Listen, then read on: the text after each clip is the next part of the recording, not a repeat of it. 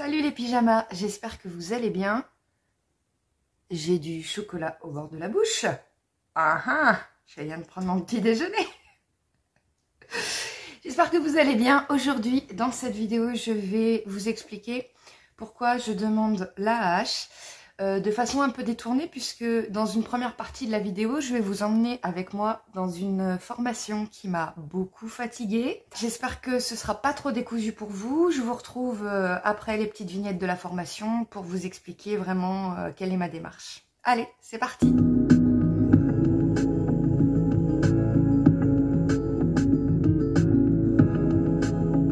Une petite vidéo un peu particulière, puisque comme vous le voyez, je suis en voiture. Je suis dans les bouchons, donc déjà c'est merveilleux pour un lundi matin. Mais en plus de ça, figurez-vous que je vais vivre une aventure qui n'est pas très autistic friendly, pour prendre un anglicisme cher à Tex. Je vais en formation pour mon travail, donc je suis très contente du contenu de cette formation parce que j'aime mon travail. Sauf que du coup, je vais passer 2 jours avec plein de monde. Le midi, c'est cantine, génial. Et ce soir, c'est Airbnb avec donc 4 collègues. Une qui connaît mes difficultés, les autres non. Et du coup, là, j'ai un peu peur en fait. J'ai peur déjà de la journée de formation. J'ai peur en fait qu'il y ait énormément de monde, que la salle soit surchauffée, parce que je crains énormément le chaud. J'ai peur aussi de devoir rester toute la journée dans la même position, parce que s'il n'y a pas de table en fait devant nous, c'est-à-dire s'il n'y a que des chaises, je ne pourrais pas me mettre dans ma position. Et moi, ma position, généralement, c'est les pieds croisés, un petit peu comme la position de méditation, pas pour crâner, mais parce que en fait, c'est une position qui me pose corporellement. Là, maintenant, dans mon travail où je suis depuis 2 ans, c'est la position dans laquelle je me mets en réunion. Donc, très souvent, je pose mes chaussures et je me mets en tailleur. Voilà, c'est le mot que je cherchais, tailleur.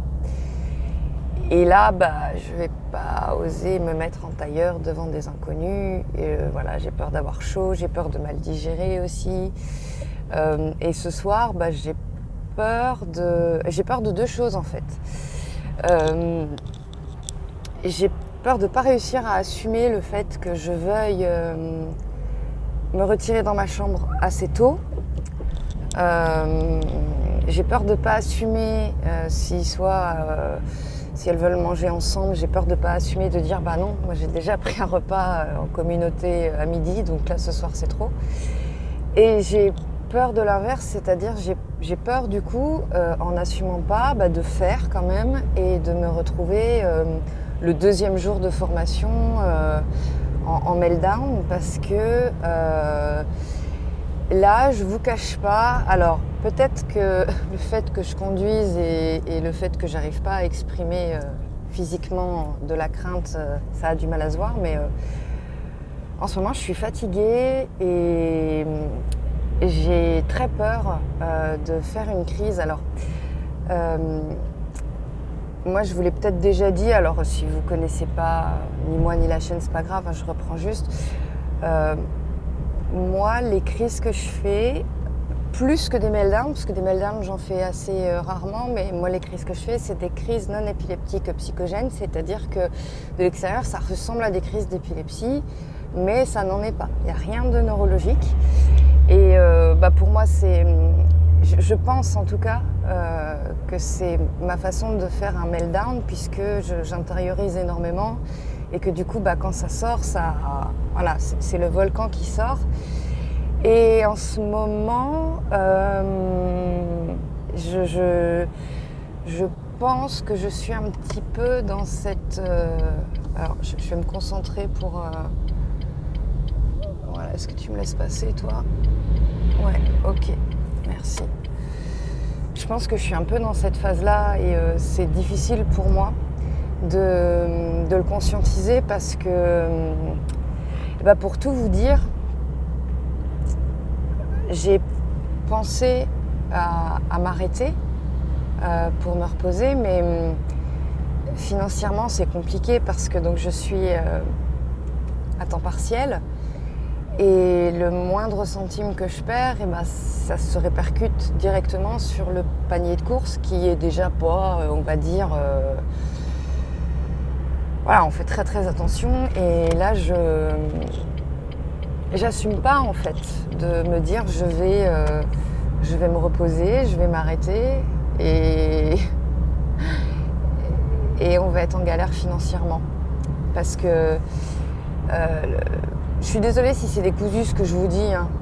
De toute façon, ça c'est une vidéo, je vais pas dire pour du beurre, mais enfin, vous voyez que là, j'ai aucune notion théorique à vous communiquer. C'est vraiment une tranche de vie à l'instant T.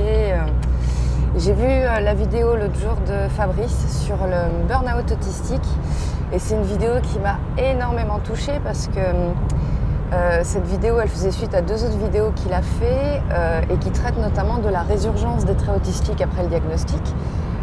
Et moi, j'avais fait une vidéo de ce type cet été et du coup, il posait l'hypothèse que cette résurgence de traits venait peut-être manifester un burn-out autistique parce que on se rend compte qu'on a masqué pendant des années, donc moi en l'occurrence 37 ans, peut-être je sais pas les 3 premières années, donc 34 ans, et que il a employé une phrase que j'ai trouvée très parlante.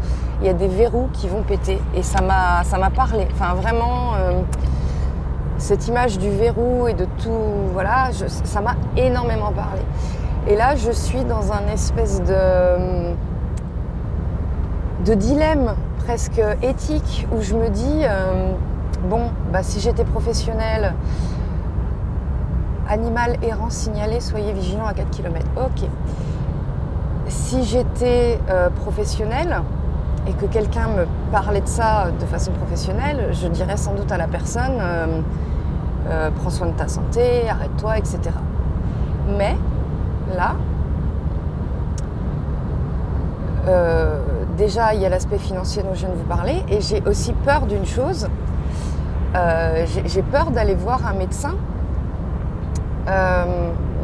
parce que le fait d'aller voir un médecin et de me dire je vais m'arrêter, cette pensée-là déjà, comme elle m'apaise un peu, je sais que je vais aller voir un médecin et que j'aurai exactement cette tête-là. Et donc imaginez que je disais à un médecin bonjour, je suis très fatiguée en ce moment et j'ai analysé que c'était à cause d'un burn-out autistique parce que je suis en plein diagnostic et voilà. Et pour avoir déjà vécu des choses un peu similaires où je parlais de certaines souffrances avec cette même tête, on me croit pas quoi. Ce qu'on me dit c'est que j'ai des analyses de sang qui sont pas catastrophiques, qu'en gros c'est bon quoi, voilà, je vais bien, je retourne au boulot et puis c'est bon. Re-salut, bon, je suis en direct de ma chambre de appart-hôtel, nous sommes 5. Les 4 autres personnes sont parties acheter à manger. Moi, j'en étais clairement pas capable. Je me suis emmené un avocat, une banane.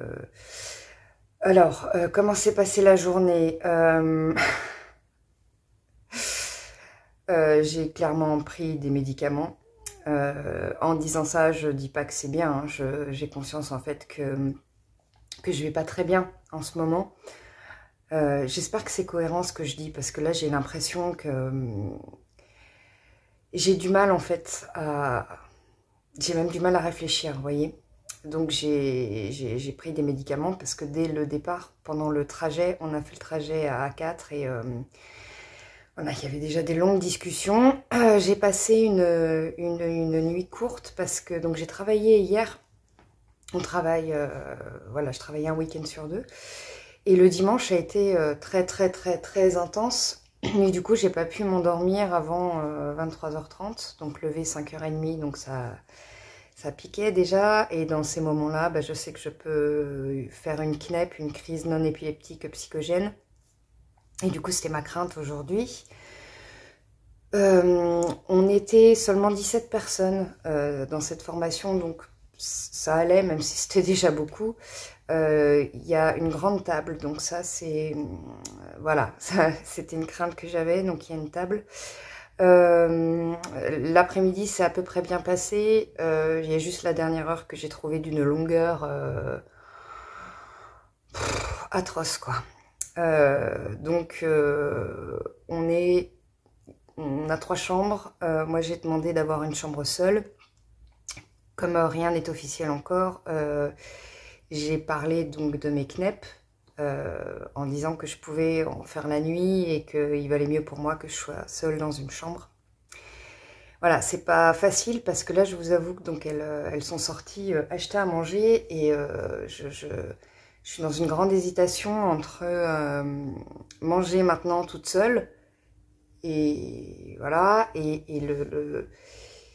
j'ai peur que ça paraisse très impoli parce que collègue c'est pas encore enfin c'est pas l'amitié et du coup voilà je sais absolument pas quoi faire.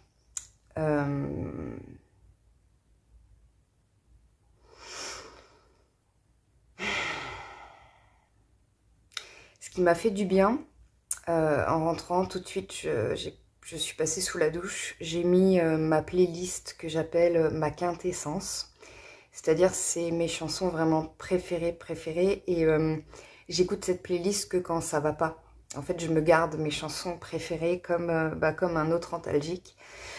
Et donc, je les ai mis sous la douche, qui m'a fait énormément de bien, en écoutant Balavoine, Un enfant assis attend la pluie. Voilà, donc Balavoine m'a à nouveau sauvée. Bon, je pense que je vais manger. Je vais essayer d'assumer du mieux que je peux. Et bon, demain, il y a à nouveau une journée. J'espère que ça va aller. Voilà. Donc, suite à la petite vidéo que j'ai fait dans cette chambre d'hôtel, j'ai réussi en fait à assumer que j'étais fatiguée. Donc, quand les filles sont rentrées, je suis restée 5 minutes avec elles à discuter. Et ensuite, j'ai dit, je suis vraiment désolée, mais je suis très fatiguée, donc je vais aller me coucher. Il était 19h40, je me suis endormie à 20h. Je me suis réveillée avec mon réveil à 7h. Et sur le moment, les 2 premières heures, je me disais, oh, c'est formidable, j'ai bien dormi. Donc, c'était vraiment une histoire de petite cuillère. Là, aujourd'hui, ça va aller. Je me sens en forme, c'est formidable. Et en fait, dès qu'on est sorti de la chambre d'hôtel, donc dans la grande ville, j'ai tout de suite mis mes boules caisses pour aller à pied à la formation. Et après, cette journée, la fatigue m'est tombée dessus, mais vraiment de façon très intense. Et j'ai eu peur de faire une crise parce que je me sentais vraiment à bout. Donc, ce que j'ai fait, on avait une pause le matin, une pause le midi pour manger et une pause un peu dans l'après-midi. Donc, pour manger, on n'avait que 30 minutes. Mais j'ai décidé de prendre un quart d'heure où je suis allée dans des toilettes un peu à l'écart. J'ai éteint et je me suis allongée en fait. Donc, une partie du corps allongée et une partie les jambes croisées sur la cuvette. Je me suis rendu compte que être vraiment un quart d'heure dans le noir total et le silence, ça me rechargeait vraiment. C'est-à-dire j'en avais vraiment besoin. Et j'étais dans un tel état que de ce 2e jour de formation, pour moi c'était inconcevable de remanger le midi avec toutes ces personnes que je connaissais très peu. Donc je suis allée manger dans la salle de réunion. J'ai dit que j'avais mal à la tête. Donc voilà, c'est passé entre guillemets. J'ai même une collègue qui m'a dit j'aime bien ce que tu fais. Je voyais qu'elle comprenait en fait qu'on était tous fatigués et que voilà, elle a compris le sens de mon écart. Et lorsqu'on est arrivé donc à la fin de cette formation, on a repris donc toutes les 4 la voiture de service pour aller jusqu'à notre travail. Et après, donc je devais reprendre la voiture pour repartir. Donc j'étais déjà épuisée, même pendant l'après-midi en fait, il y a eu un moment où j'ai fermé les yeux. Pendant la formation, j'ai une collègue qui m'a envoyé un texto « Eh ben alors, Johanna, tu dors ?» Smiley rigolo. Donc pour vous dire, je suis dans un état de fatigue, mais très très intense quoi. Donc j'ai redormi dans la voiture. Normalement je fais jamais de sieste en fin de journée, mais là c'était très compliqué. J'ai pas pris de médicaments ce deuxième jour, mais quand je suis rentrée chez moi, j'ai ressenti à la fois du soulagement parce que la formation était passée, et à la fois une sensation de déprime, mais très très intense. C'est-à-dire que je me disais, bon ben, donc aujourd'hui je travaille pas, j'ai eu ma formation hier et avant-hier, et demain je retravaille. Et cette pensée-là, j'en étais désespérée, quoi. Et vraiment, une déprime, mais à couper au couteau, quoi. Et je me suis dit, bah oui, en fait, là, je vois vraiment que quand je peux pas avoir de temps pour me recharger, je déprime. Donc déjà, la fatigue déprime. Mais en plus de ça, le fait de ne pas avoir de temps pour me retrouver dans mon univers, dans ne serait-ce que de faire un peu de mes intérêts spé, et ben ça majore la dépression aussi. Et j'ai vraiment compris du coup pourquoi à chaque fois que je faisais un temps plein, il y avait dépression derrière. C'est parce que je n'avais plus de temps pour me retrouver. Donc quelque part, je suis contente parce que j'ai réussi, entre guillemets, à aller à cette formation. Mais le prix était quand même énorme parce que, donc la veille déjà, comme je vous l'ai dit, j'avais pas beaucoup dormi. Et en fait, dès le matin, dans la voiture de service, j'ai une collègue qui est très gentille, mais très très bavarde. Et elle me parlait déjà tellement, on avait 1h30 de route. J'ai commencé à prendre mes premiers comprimés à ce moment-là. Et je savais que c'était pas normal. Je savais que je faisais quelque chose, surtout que... Donc moi je suis sous Valium pour mes CNEP, mes crises non épileptiques psychogènes. Le Valium ça fait aussi pour l'épilepsie, voilà. Donc le Valium j'en prends que si j'ai besoin, si je me sens.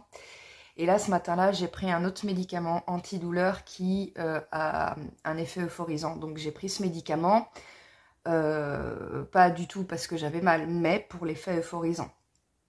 Donc de façon addictive et complètement inappropriée. Mais pour moi, dans ma tête, c'était si je prends pas ça, je vais faire une crise, je vais pas être en capacité de faire mes 2 jours. Je me dis, en fait, lorsque je suis bien chez moi en période de vacances, j'arrive à un état où l'anxiété a fortement diminué. J'arrive à un état où je suis beaucoup mieux et je suis sûre que je pourrais, si j'avais plus de temps pour moi, arrêter et le Valium et les antidépresseurs. Et là, cette formation, elle a été hyper coûteuse. Effectivement, non pas parce que j'étais autiste, mais parce que ça nécessitait de passer une nuit hors de chez moi, ça nécessitait de rester des heures sur une chaise avec des gens que je ne connaissais pas. Et en soi, oui, c'est pas l'autisme qui m'a fait débloquer dans cette situation, c'est le contexte. Mais dans la vie normale, dans notre vie à nous, sociétale, où on est obligé de travailler, on est obligé d'être face à ça. Je ne sais pas si vous savez, mais le TDAH, dans le diagnostic du TDAH, on vous dit que pour être reconnu TDAH, il faut que vous ayez un mode de vie où le TDAH vous handicape. Et on pourrait se dire la même chose de l'autisme, oui et non, parce que pour l'autisme, le simple fait de sortir de chez soi peut être handicapant. Donc comme on doit tous, à un moment donné, sortir de chez nous, eh ben bien sûr que c'est handicapant. Et là, je me suis dit, le coût pour que je sois, entre guillemets, normale, là, maintenant, à mon âge, c'est de prendre des médicaments, de me shooter. Et en fait, ça va pas. Ça va pas. Et c'est pour ça que je demande l'AH, parce que ce métier pour lequel j'ai fait cette formation, je l'aime, c'est mon métier, je suis passionnée par ce métier, mais mon deuxième travail, je sens que c'est trop, je sens que c'est ça qui me fait flancher, que je suis fatiguée, que je commence à redéprimer comme quand je faisais mes plus grandes dépressions. Et en fait, le coût pour faire ça, c'est de me bourrer de médicaments. Notre cerveau est fait de telle façon que lorsqu'on est dans des environnements comme ça, bruyants, avec beaucoup de personnes, avec du changement, on est en saturation parce que nos surconnexions neuronales n'arrivent pas à tout traiter. Et du coup, bah, si on veut faire face à ça, on est obligé de prendre des choses chimiques. Et c'est pas normal. C'est pas normal du tout. Enfin, et là, je me suis rendu compte, parce que je n'arrivais pas à parler de la hache avant, je me suis rendu compte qu'en fait, la hache, là, c'était pour ma santé en tout cas une nécessité. Ce que je souhaite, c'est garder ce travail que j'aime qui est à 36% et pouvoir récupérer le reste du temps pour arrêter de me bourrer de médicaments. C'est exactement comme si, imaginons que une personne ait un handicap qui lui fasse tout le temps très très mal aux chevilles. On va pas dire à cette personne eh ben vous avez qu'à prendre un métier où vous marchez beaucoup. La personne va dire bah non, mon handicap c'est que j'ai mal aux chevilles donc il faut pas que je marche beaucoup. Et est-ce qu'un médecin répondrait eh ben prenez plein d'antidouleurs et comme ça vous le sentirez pas et vous pourrez faire votre métier où vous marchez. Bah non, ça fonctionne pas comme ça. Enfin, on demande pas à une personne migraineuse de s'exposer au déclencheur de sa migraine en lui disant mais c'est pas grave si vous avez une migraine, vous avez vos médicaments. Droguez-vous et puis ça ira mieux. C'est tout le paradoxe de notre médecine en fait. Là, on est en train de nous dire si vous avez quelque chose, c'est pas grave, vous prenez un médicament et vous allez quand même travailler. Et le problème avec l'autisme, c'est qu'au niveau des connaissances des médecins et au niveau des connaissances du grand public, ça ne se voit pas, donc ça n'est même pas envisageable. J'ai une fois une abonnée qui m'a écrit qu'elle aussi avait parlé de la hache à son entourage, et son entourage lui avait dit « Non mais la hache, toi, non mais ça va pas ». Parce que, effectivement, là, vous me voyez parler, ça ne se voit pas. Mais vous m'auriez vu pendant la formation, mais c'était terrible. C'était terrible. J'étais dans le gaz, quoi. Vraiment, il y a des moments où j'étais mais complètement shootée.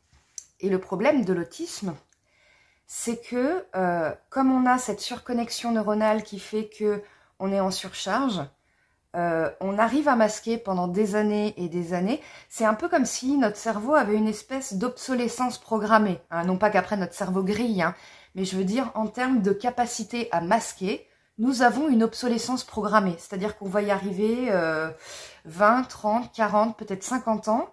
Et après, ça pète. Mais vraiment, ça pète.